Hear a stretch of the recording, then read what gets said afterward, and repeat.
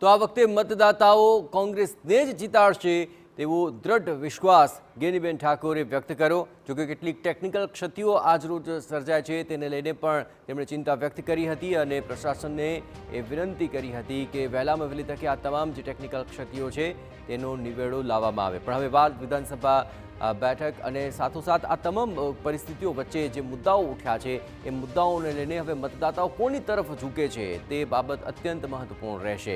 વાવ વિધાનસભા બેઠકની પેટા ચૂંટણી માટે મતદાન ચાલી રહ્યું છે ત્યારે ભાજપના ઉમેદવાર સ્વરૂપજી ઠાકોરે જીતની આશા વ્યક્ત કરી। સ્વરૂપજી ઠાકોરે માતા પિતાના આશીર્વાદ લીધા અને ગાય માતાની પૂજા અર્ચના કરી। વર્ષ 2022ની વિધાનસભા ચૂંટણીમાં સ્વરૂપજી ઠાકોર નજીવા મતોથી હારી ચૂક્યા હતા। તે વખતે હું નવો હતો પણ હવે મતદારો મારી સાથે છે તેવો વિશ્વાસ સ્વરૂપજી ઠાકોરે વ્યક્ત કર્યો છે। લોકો જંગી મતોથી કમળને જીતાડશે એવો મને વિશ્વાસ છે।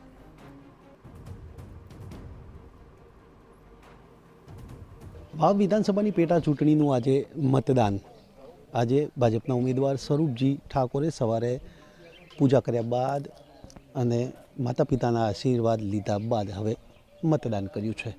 એટલે કે પેટા ચૂંટણીમાં જે પ્રકારે સ્વરૂપજી મેદાનમાં ઉતર્યા છે અને જેને લઈને અત્યારે આજે જે મતદાન છે અને 3 લાખથી વધુ મતદારો જે મતદાન કરવા છે ના છે। સ્વરૂપજીને કેટલો વિશ્વાસ છે જીતનો પૂછીશું।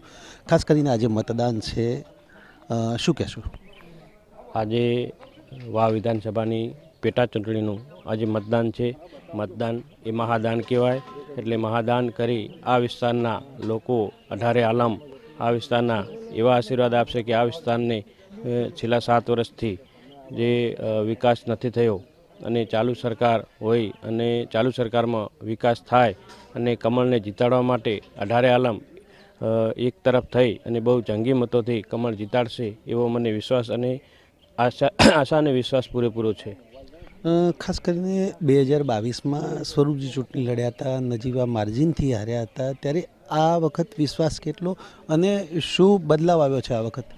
જો 2022ની અંદર એકદમ હું નવો પડ્યો હતો, કારણ કે જે અમારા કાર્યકર્તાઓ સુધી પહોંચવાનું હોય ત્યાં પહોંચી નહોતો શક્યો।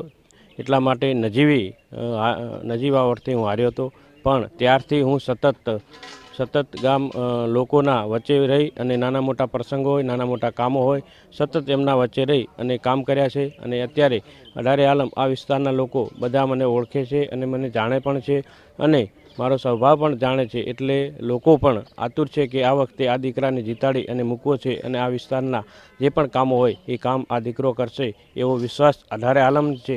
એ 18 આલમ વિશ્વાસ રાખી અને બહુ જંગી મતોથી આ વખતે કમળને જીતાડશે।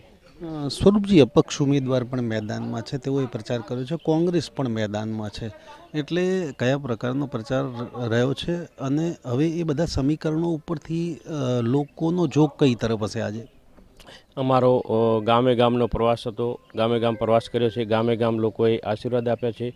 એ આશીર્વાદ એક જીતના આશીર્વાદ આપ્યા છે। અમને વિશ્વાસ છે અને અમને 100% ભરોસો છે કે આ વખતે અમારું કમળ જીતીને રહેશે।